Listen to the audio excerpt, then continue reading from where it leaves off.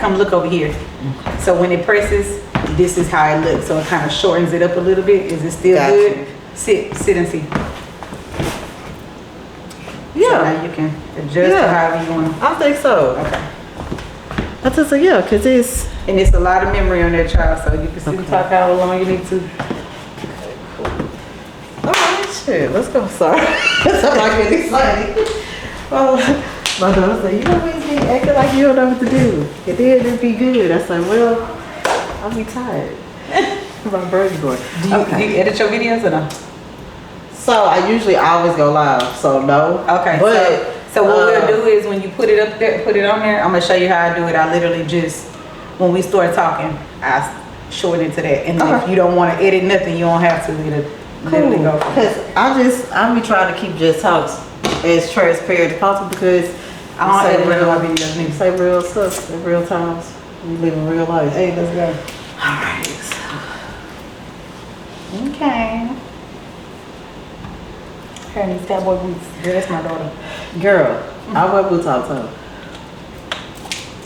They be like, when I don't wear boots, my students be telling me, Miss Vines, we're showing. That's it, I'm chilling today, baby.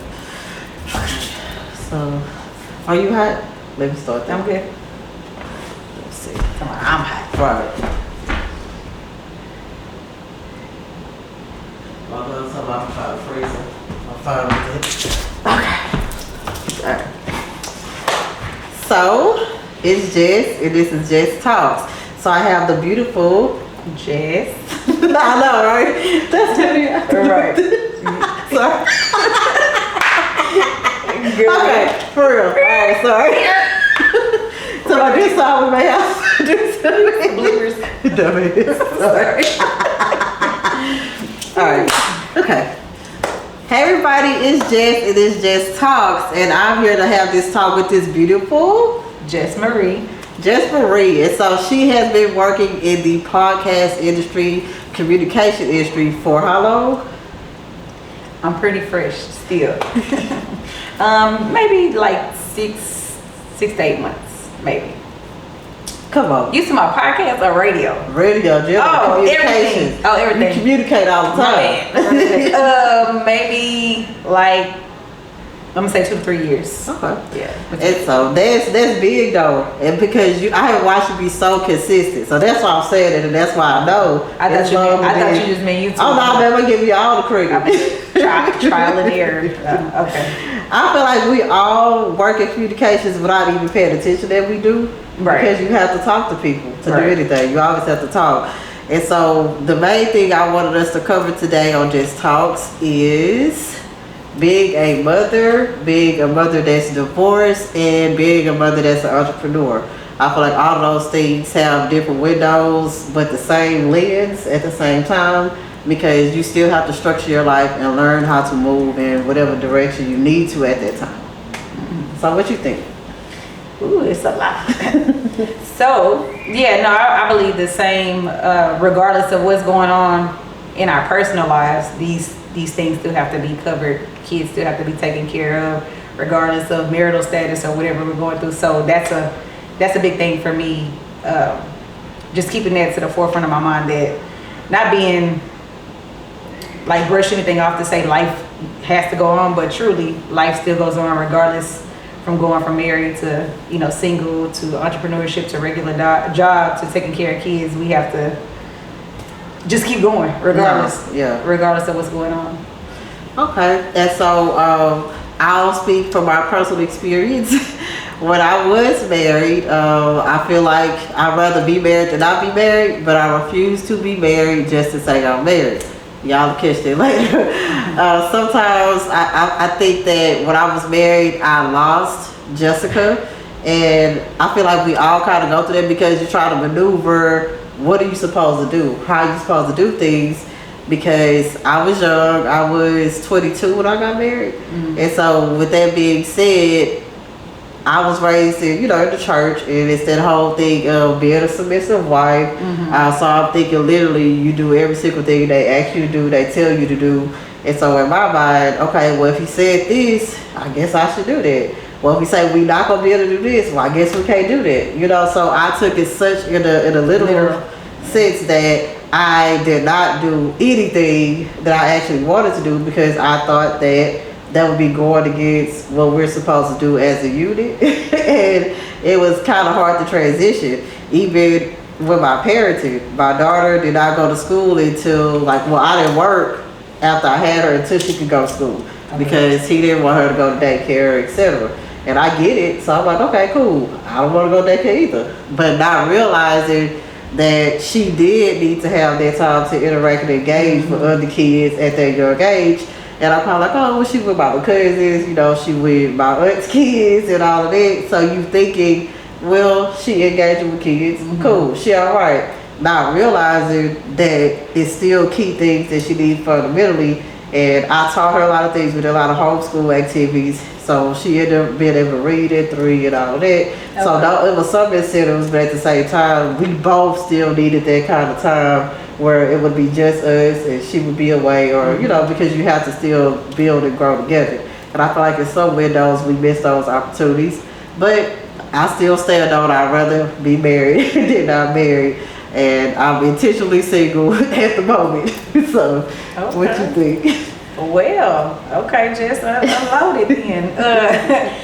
I definitely didn't grow up in the church in that form, in that way. I was with my ex-husband for 18 years total. We were married for 11 years. So we met young. I was 16, 17 years old. He was graduating or had just graduated, something like that.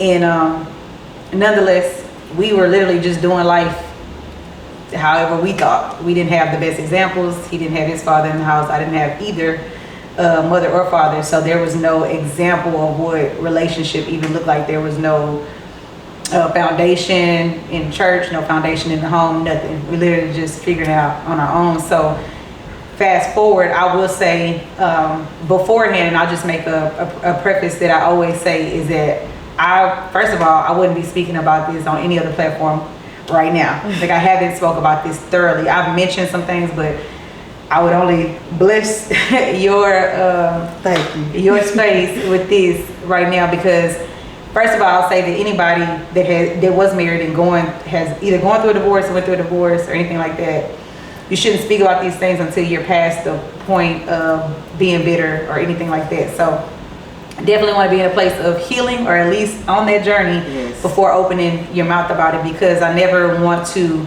say anything where it could be said that, oh, she's bitter about him, the situation, or anything like that. So I do know that maybe like 2 years ago, I was on a Facebook Live and I was talking about my dad.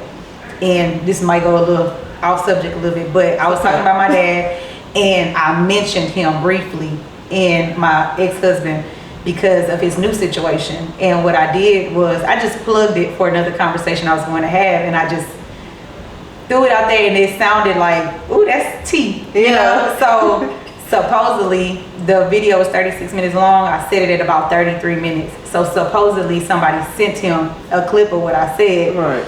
And so he texted me about it, and he was like, I thought we were good. So on and so on, like, why are you talking about this? And honestly, at that moment, I was like, okay, well, how am I talking about it? Is a place from being healed, or am I bitter, mad about anything, or whatever? So I had to check myself in that moment for even speaking about it, because I wasn't completely healed, not just from him, but another situation that I was in after him. So that just had me to self-evaluate myself, to say, all right, Jess, don't talk about this thing until you've gotten some things out of your system as far as healing and stuff like that. So that's the preface that I want to make. So anything I say at this point, you can't say, oh, she's bitter or anything, because the same way that I would ever seem like to be pointing fingers at somebody else, nothing about me is secret.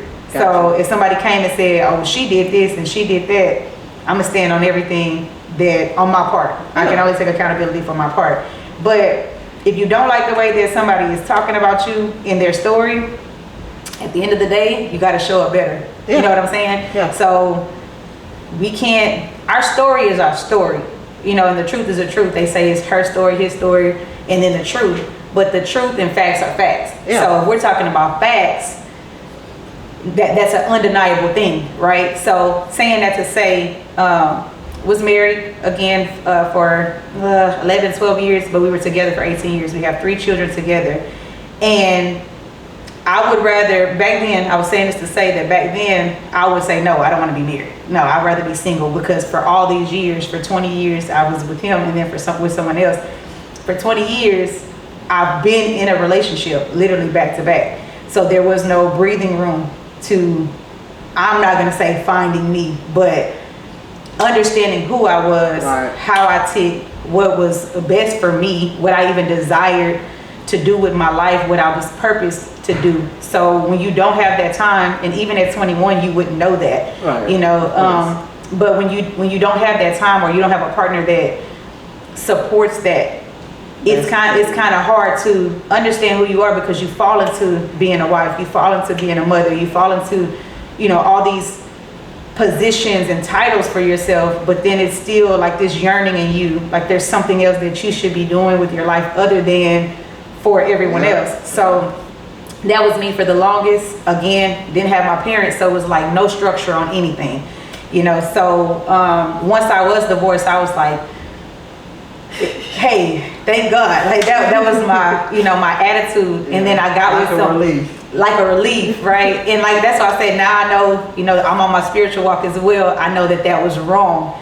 to be that way. It matters that what was going on between him and I, right. It was that emotion or that reflection on it was wrong. Okay, so anywho, was with someone else briefly after that, or for a little while after that, and now I am single and have been single for about 2 years, and I have been the most productive, I'll say, than I've ever been when it comes to things that God has called me to do. I won't say just working on me. I mean intentionally breaking, you know, covenants on my bloodline, breaking curses, rebuilding those things up, rebuilding my children up, giving them the things I didn't have as a mother. And even when I was in relationship with their father or with someone else, I couldn't fully give them that relationship, because not saying that, you know, your husband takes a lot of that time, but I don't think that sometimes we know how to manage all these titles properly. So especially when we don't have those good examples per se. Yeah. But anywho, the last 2 years has been really eye-opening, I'll say that. So I am open to marriage again, you know, as far as healing. I've healed myself on so many levels, from with my parents, from with the spouses and stuff like that, and also just learning how to move forward and understanding what those seasons meant in my life, and even every season that I'm dealing with now, on how to like proactively and positively look at these things, and still, you know, looking back at the what was positive in those things, what I learned from it, even what was meant as something bad still turned out to be good in so many different aspects. So no longer saying, yes, thank God that it happened, but thank God for the lessons in that. Thank God for the growth in that, in those seasons or whatever. So that's how I feel about it. I am not opposed to marriage, but I do want the marriage that God has for me. No longer what I desire in the flesh or what I'm looking at, but definitely who and what God has for me is what I desire at this point. Okay, I love that. Okay. And I'm happy that you to that point where you have that relief, because that's still a sense of relief, that's still a sense of growth, because you have to know those things for yourself. Right.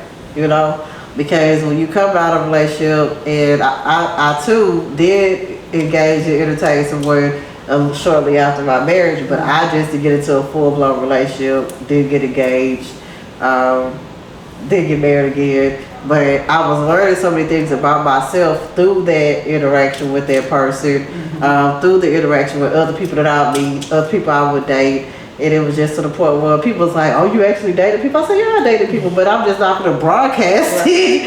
And if I don't feel like we have any compatibility, I'm not going to even entertain you wanting to date me. Right. Because I know what I do and I know what I bring to the table. It is not to say that, because people say people be thinking people better than people. And in a sense, sometimes you are. It's not to say like to down them, but you're in a place where you want to do this, you want to do that, and they don't want to. Right. And so it's not a bad thing. It's just they're not at the level that you are in that situation, and it's okay. I'm learning to be comfortable with being uncomfortable. Yeah. I've always been told that I kind of have the same injury I did when I was in middle school, high school. I say, well, because I'm authentic. You ain't gonna be like me. I ain't gonna be like you. I'm incapable. I'm not an actress. Like I said, I'm not an actress. Jess is who you get. Jess is Jess all the time. I have made adjustments because I'm aware that some things I can't be a little too vocal, too quick. But again, that's my makeup. That helps me work through things. That helps me help others, because you be thinking, hey, I should have said that. Meanwhile, it's for people that needed to hear somebody say that out loud. So you never know. And I've just been, it's really been just a journey for me. And becoming a single mother after getting the divorce, after that went through, it was transitioning, because I feel like any mama that's really mama, you usually feel like you're doing the bulk of everything anyway. And it's no bash on the guys and the dads, because I know a lot of dads that hold up, their part, or they go over and beyond and it look like they playing the mama role. So it's not to discredit nobody, y'all. Jessica love men, love women, love the children. Tell me I'm not, you have to say that, because people think that you. But I will say, in my experience, I still feel like it was some support, but the bulk of things I did it anyway. So to me, it was just no longer having that person trying to tell me what I can't do. Yeah. And so I still, try to be respectful, let that parent make some decisions or assist with decision maker. But at the end of the day, I'm a grind. I'm gonna do what I need to, and that's one thing I had to learn is balancing. Making sure that I'm not working so much till I'm not seeing them, or I'm not working so much till I can't allow them to do any activities. It was to the point like my daughter wasn't able to do sports. If it wasn't at school, she couldn't do it, because when am I gonna have the time? I can pay for it all day, but when am I gonna be able to go to work and actually physically take her to practice, go to these games for her, do this? Like, I couldn't do it. And so it's like, how can I do this?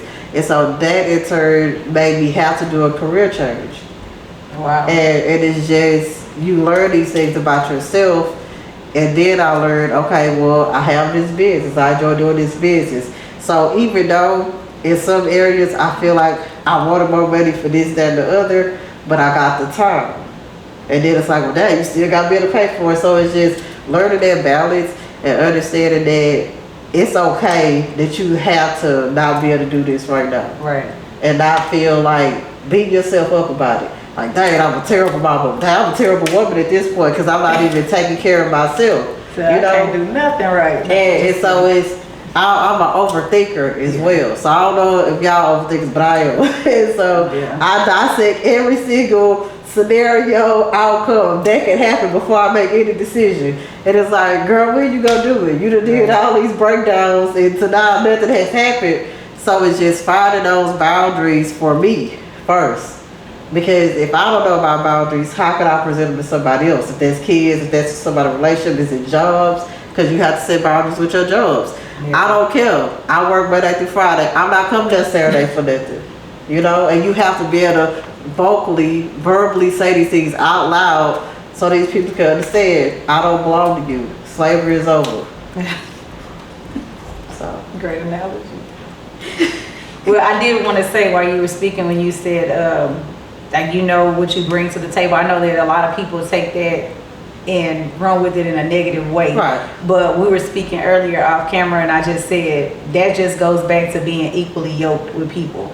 At the end of the day, when we're bringing who we are to this relationship and it just is not compatible and it doesn't equal up, it just is what it is. That's no shade to the other person. It's no shade on me. It just means that we're just not compatible. We can't do life together. Right. So that's a good thing to recognize early. I think that for me, I've been in long relationships, so even whatever was recognized, it's like, okay, so you're so deep in, you have children, now you're married. Whether you're compatible or you're not, you kind of stuck. You know what I'm saying? Because now we're here, so we're gonna figure it out or not. And I didn't always have that attitude. For me, it was like, if you were lacking in some way, are you gonna figure it out? No. Okay, well, I'll go do it. and it could have been seen as, well, dang, she think, or she can do it on her own. She's Miss Independent. It's not. If it has to get done, it has to get done. Why not? So, but I think it goes back to just knowing that you're equally yoked with somebody, knowing that like, if I don't have it, he has it. If he doesn't have it, I have it, and we can go on and figure it out. And that's just not monetary. That's on anything. Like today, I may not have it in me to deal with the kids. Can you handle that, or vice versa? Like all right, you lay in the bed, I'm about to go take these kids to the school line, like that type of stuff. Just like, that's just simple examples, but that's what I say. Like we get married so young, we get in relationships so young that we really don't know who we are. We really don't know what we desire and the things that we will be pursuing in life until we start really getting on that journey. And when you start pursuing it, the other person may feel like lower than you, or they may feel that you look at them a certain way or treat them a certain way, and that's not what you're doing. You're growing just like they're growing. And I feel like even in my past, a lot of times I was allowing that to happen, for their growth to happen in me. When is the right time for me to do what I need to do? When is the right time for me to come out with what's good for Jess, or what Jess wants to do? Hindering your own growth. My own growth, right? Hindering my own growth to be a mother, to be a wife, to do what's the better good for everyone, which I believe that everybody should have that compromise. But you should always still have your voice. You should still always be doing your own thing, because we weren't called here to just be a wife, to just be a mother. You were called here for a purpose, and until you figure that out, and if you don't have a spouse that's allowing you to figure that out, you'll always feel like some negativity there some way. But what did you say? You were talking about singleness, the transition. Oh, yes. So I'll just say this, and this is something that I feel so strongly about. In the beginning, it really did piss me off that it was a lot on me, and that the other person can really literally fold or come or don't come, because for years that person had been in the house with his children.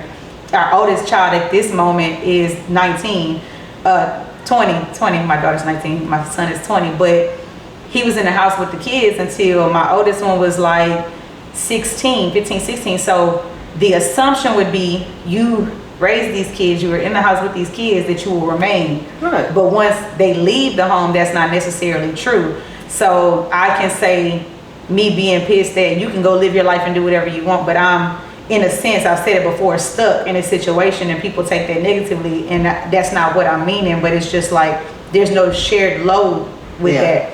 But as I like started to grow through that, I don't hide or hinder anything from my kids. I share everything with them. So in that sense, I don't speak negatively from that side. I let them see it for themselves. And even when there were negative instances and seasons of situations, I would always still say, reach out to your dad, pray for your dad, whatever that looks like for you, do it, because that's the spiritual ground that we have started as a family, as a unit. But one thing that really held me over, that I always try to tell younger women that are single with the kids now, or relationships just didn't work out for whatever reason, that in the Bible it says a man that doesn't take care, a person that doesn't take care of their own is worse than an unbeliever. So if you're a believer, then you know that the things that you're going through, God cares about those things. So your pain, your sorrow, everything you're going through, your heartbreak, everything that you're going through, whether your fault or not, God still cares about you. So if you're having an issue with said other person, it's not to beat that person up or to be on the phone and saying, you're not getting your kids, or you're not doing what you're supposed to be doing, because they're never going to hear that. It always goes in one ear and out the other because of where it's coming from. My comeback to everything has always been prayer, has always been, okay, this how you doing? I got you. Not in a negative way. Right. I'm going to take it to my father. But this is something that I had to start recognizing the last few years, because in my own flesh, I would say, okay, this is what we doing, and that meant something different. Now it's just like, okay, it's something vicious, because once you get it, you can't come the same way. You can't act the same way. What you're doing now has nothing to do with me, and I recognize and realize it's the spirit behind that thing. It's not the flesh that we're battling with. It's all spiritual. It's all biblical for me. So for everybody else, you could keep doing life the way you're doing it, but I've learned that all these years I've been doing life my way. Yeah. And I may have been getting by, but I've been lacking in a lot of areas because I wouldn't submit myself to God. So now that I've done that, in any issue that I have with any person, I'm talking about a stranger, the ex, my children, I'm taking it to God. There's been instances as being a single mother, like I said, my oldest son is 20. We're dealing with things that we don't want to deal with, right. you know, with boys that we feel like the man should be in helping us with. Yeah. And a lot of times it's on our own. But now I realize I'm not on my own. Everything that I'm dealing with, I take it to God. If my oldest son is acting up or my daughter is cutting up with an attitude, I go back to God and say, these are your kids. They were your kids before they were mine. Get your kids before I get them, you know, something like that. You just call me to steward these kids while they're here. But that approach to it has been totally different than before, of being like, oh my God, what's going on? Like distressed and depressed about the situation in any situation, in any relationship, whether it be with the ex or the kids or whatever. So when it comes to somebody else not doing their part, I don't think about that too much. I don't focus on that at all. Really, I don't, because either you're going to do or you're not going to do. Yes. But at the end of the day, we all have to answer for the things that we do here and that we don't do, especially if you call yourself a believer. So if you walk in that journey and you call yourself a man of God or a woman of God or whatever the case, and it looks like you have all these things going on, I always tell my kids, just in remembrance that God bless you, but the enemy bless you too. Yep. So that person can look like they have a lot going on, or God is blessing their situation. God don't bless no mess. God don't bless people with other people's spouses. So if somebody was in the mix of something and then they made that person their spouse, God ain't in that. I don't care how much they're talking about God, and that's maybe getting too personal or into some deep stuff. But at the end of the day, it's just like factual. It's facts. Facts are facts. Like if it don't line up biblically for me, it ain't right. And that's even with the discipline for me. Like if how I'm acting or the way I'm approaching something, and I go back to that Bible and I'm like, oh, you saying this about me? Wait a minute. I got the Jezebel spirit. I'm controlling. I'm doing this and that. Like that self-check, that self-reflection, that heart check is everything, because now I can righteously judge what's going on over there. You know what I'm saying? So anyway, it has been initially rough going from married in the house with 3 kids and a husband there to being by myself with my kids. But I'll tell you what, that relationship has grown so strong with my kids. Like me and my daughter didn't have a strong relationship before. She just was in kind of like to herself. Excuse me. She was I'm gonna say a daddy's girl somewhat, but she was really by herself all the time in her room, and he would always be okay with that. Like, oh, just leave her alone. But that really turned out to be a negative thing, because she really was in a dark space and we didn't know it. And then once she started coming out of that room at the age of 19 to tell me that she's read the Bible cover to cover, I couldn't do nothing but thank God, because even in that, the midst of everything that was going on, even them seeing divorce, even them seeing another bad breakup in between that, God grabbed a hold of them and showed them things through these situations that is growing them, that is teaching them lessons at 19 and 20. So I tell them all the time, you ought to be like so grateful that God chose you at this young age to recognize things that I didn't recognize when I was your age. My daughter's 19. By 19, I had 2 kids. I was pregnant with my 2nd kid. So for her to not even be nowhere looking at that, my son is 20, on his own business and stuff like that, and she's doing the same thing in school. Like I sit back and when I say I'm proud, I'm grateful. I'm like full of joy that God chose me for this journey, and all of the things that I went through, I wouldn't change them, because it molded me into the mother that I am. It molded me into the woman that I am. So now this time has helped me to recognize a lot of flaws that just weren't, they come with me to just say, oh, that's just who I am, but to really fix the things that I need to fix to be the wife God called me to be the mother God called me to be the entrepreneur, to be whoever and whatever role God called me to be, he said I can have it all. You know, I can manage them all, and it don't come with heartbreak. It don't come with toil and all that. Like, it doesn't come with hard labor to do it if I do it his way. And since I've been lining up my way with his way, things have been a lot easier. Like, I'm just letting things roll off my back. If it's not gonna matter in a week, if it's not gonna matter a long time, it's not gonna matter right now. Like, I might be, you know, upset at that moment, but it's just like I don't let things weigh me down like they did before. Like, nothing, you're not gonna move me. And that's with anything, unfortunately, I can say, with death, with, you know, imprisonment of a loved one or whatever the case may be. Like, Satan not gonna have that control over me, because God is in that situation. God, and I said this to a friend earlier, like, God is in every season, in every single season, whether he made that thing happen or he allowed that thing to happen. God is in that season, but we have to submit to knowing that. We have to be in our faith, knowing, like, really a strong walk with our faith, knowing that no matter the situation or what's going on, God is present there with you. Okay. I love that. That's a lot. No, sis. you said a lot. But as I tell everybody, anybody that comes and be a part of the platform, Just Talks, we talk about real life. Being a part of other people's life is real. Disconnected from people is real. Being on a spiritual journey, being on a Christian journey, just living life. All of these things have an effect on us. And until we're mature enough to look at ourselves in the mirror and make those adjustments, no matter what area it is that we need to make those adjustments, we gonna be having the same situations. Insanity, expecting the same thing with a different result, doing all this stuff. Nothing is gonna change because you have not learned from what happened. I was saying earlier, you walk down the street, it's a hole, you fall in the hole. The next day, you walk down the street, it's a hole. They pull you out the hole. The next day, they pull you out the hole. But the fourth day, you go around the hole. You don't drop in the hole. But you should have just went down another street. You should just went down another street.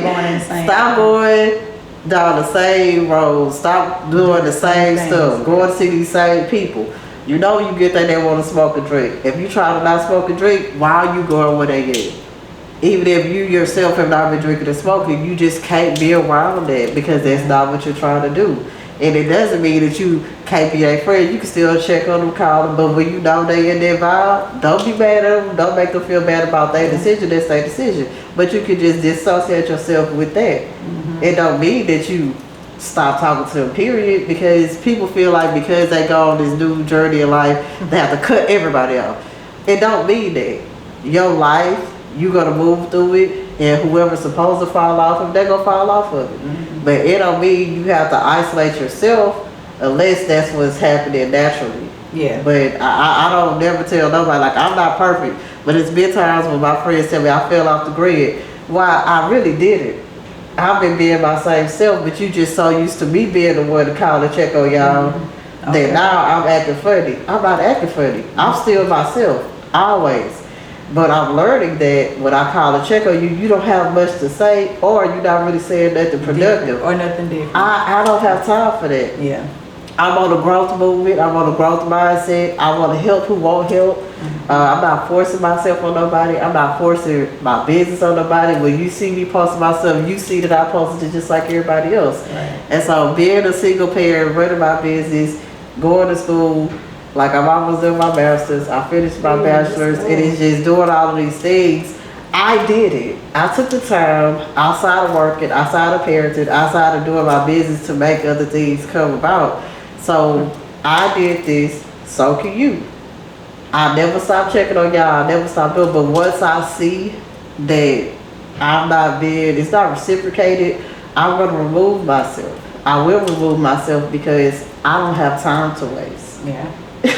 It's so many things that I tell people every time on Truthful Thursdays, every time on Motivation Mondays, I live on purpose with purpose. I have a purpose and I'm going to live it on purpose.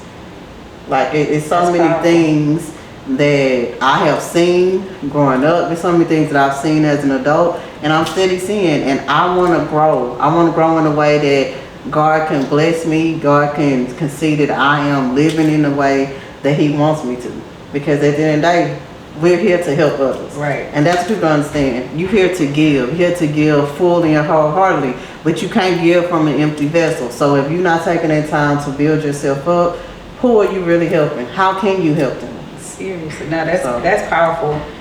What you said, the living on purpose, like on purpose, like that is so powerful because, and I don't want to bring any negative to the marriage part. Yeah. But I feel like during those times, because when we were young, that we couldn't be purposeful as we should have been because we just didn't have the time to really focus on ourselves. And I know, some people would say like, well, biblically they married young and this and that. Right. And that whole structure was different. Right. Back then we had men that came in and came, they came, you know what I'm saying? So whatever the woman was purposed to do in their family, most of the time that's all she had to do. But and that's no jab to men because at the end of the day, the time we're living in now is it's definitely different. And I really feel like a lot of men, just like us growing up in single family households or something like that, they're seeing their mom do things by themselves. So unfortunately that you gravitating towards, strong women like your mother and thinking that woman can do it like your mom did it or whatever the pretense is. But it's just, we keep doing things our way. I said this one day on Instagram and so many people, like hundreds of people liked it on somebody else's page. And I just said, we keep doing things our way. Like biblically things were set in its proper place. You don't have sex, you don't do all this stuff until you're married. But because we keep wanting to do it our way, we introduced sex earlier. We were talking about this off camera, but introducing sex or doing what we want to do, should I say, without seeking God first on that thing, or seeing people that look like, oh, this is everything I want in a man or a woman, or this is what I want. So you go do what? Get physical with this person. And now, even if that was the person that was for you, you didn't allow all this chaos to come in because you opened the door for something that you shouldn't have opened the door for yet. Again, living life our own way, making decisions our own way instead of seeking God's way for this person, for this situation or whatever, just constantly thinking that we got it right and nobody can tell you anything, But even what she was saying about friends and people falling off, I recognize that during seasons there was time that God isolated me from people for me to learn what he was trying to show me, to get more in my word, to learn more about what my walk is. And during that time you'll recognize people say, oh, nobody's checking on me. Everybody has a life, so I didn't take it like that, like, oh, nobody's checking on me, or vice versa.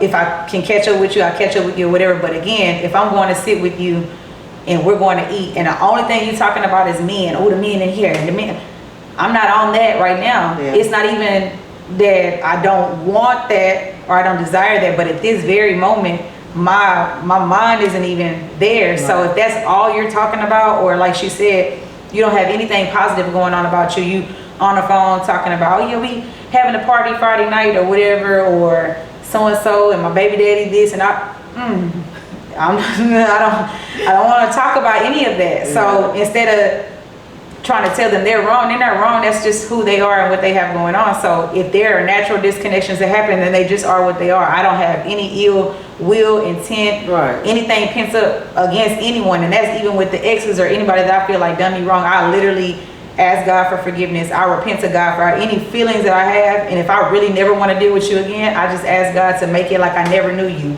Whether that's an ex, whether that be a friend, whether that be whatever it is. So whatever that means to you, I don't have any ill, nothing. If you're supposed to be in my life, you'll be. We'll figure this thing out. But I don't feel like it should be that hard when it comes to friendships, when it comes to relationships. Nothing should be that hard to try to make things fit. People are going to naturally gravitate to each other that are on the same, I ain't gonna say same wave, but in the same place in life. We're going to gravitate, and we are supposed to constantly be advancing. So as you advance, the people that you need will come to you, the opportunities, the experiences, all those things. So if people are kind of like fading off, they just do, and it's not, sometimes it's not intentional, and sometimes it is. Sometimes you can just say that person, or going out with this person, hanging out with this person, doesn't do me any good. Love them, pray for them, but I gotta go somewhere else. So that's how I feel about it. That's deep.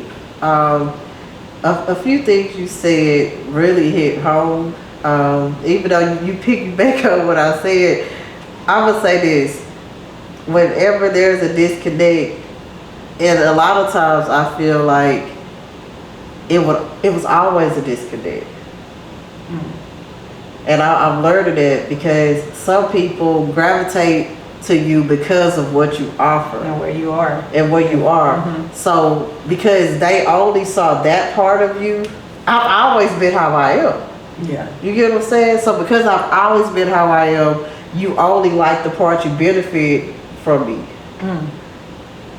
Okay. And When I was in that season. come on. Yeah. And so you can't even see nothing else that I had to offer. Right.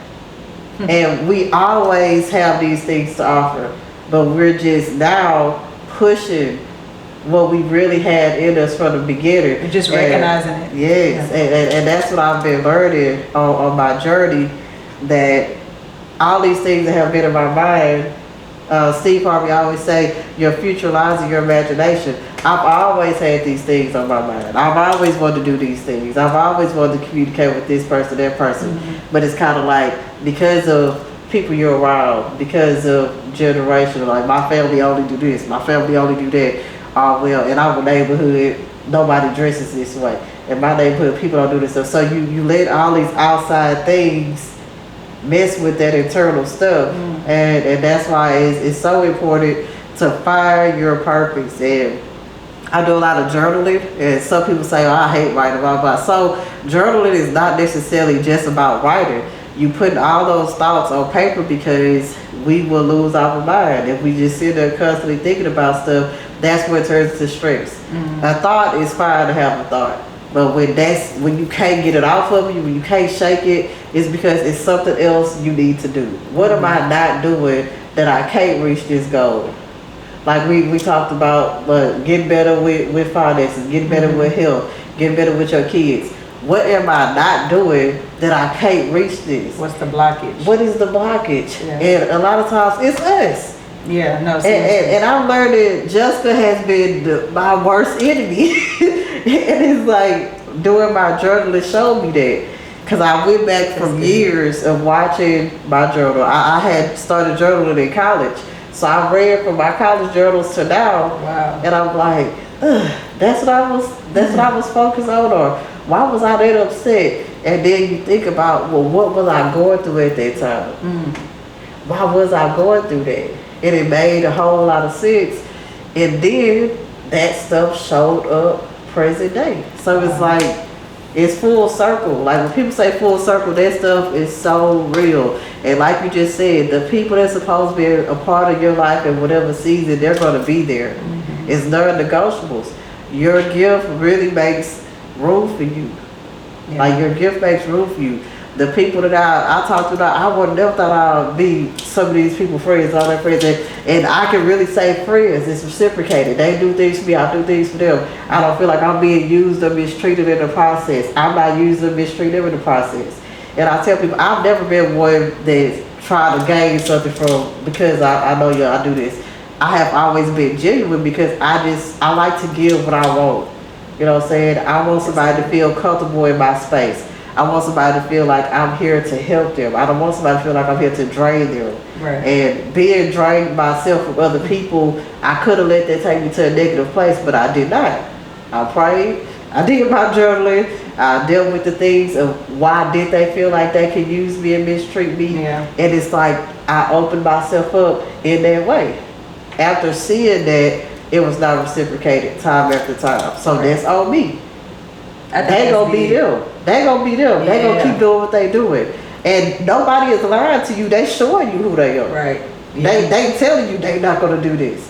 So don't be getting mad at them, because you allowing that energy. You're allowing that energy. Like you said about, we was talking about that having sex before the time. That is so big, because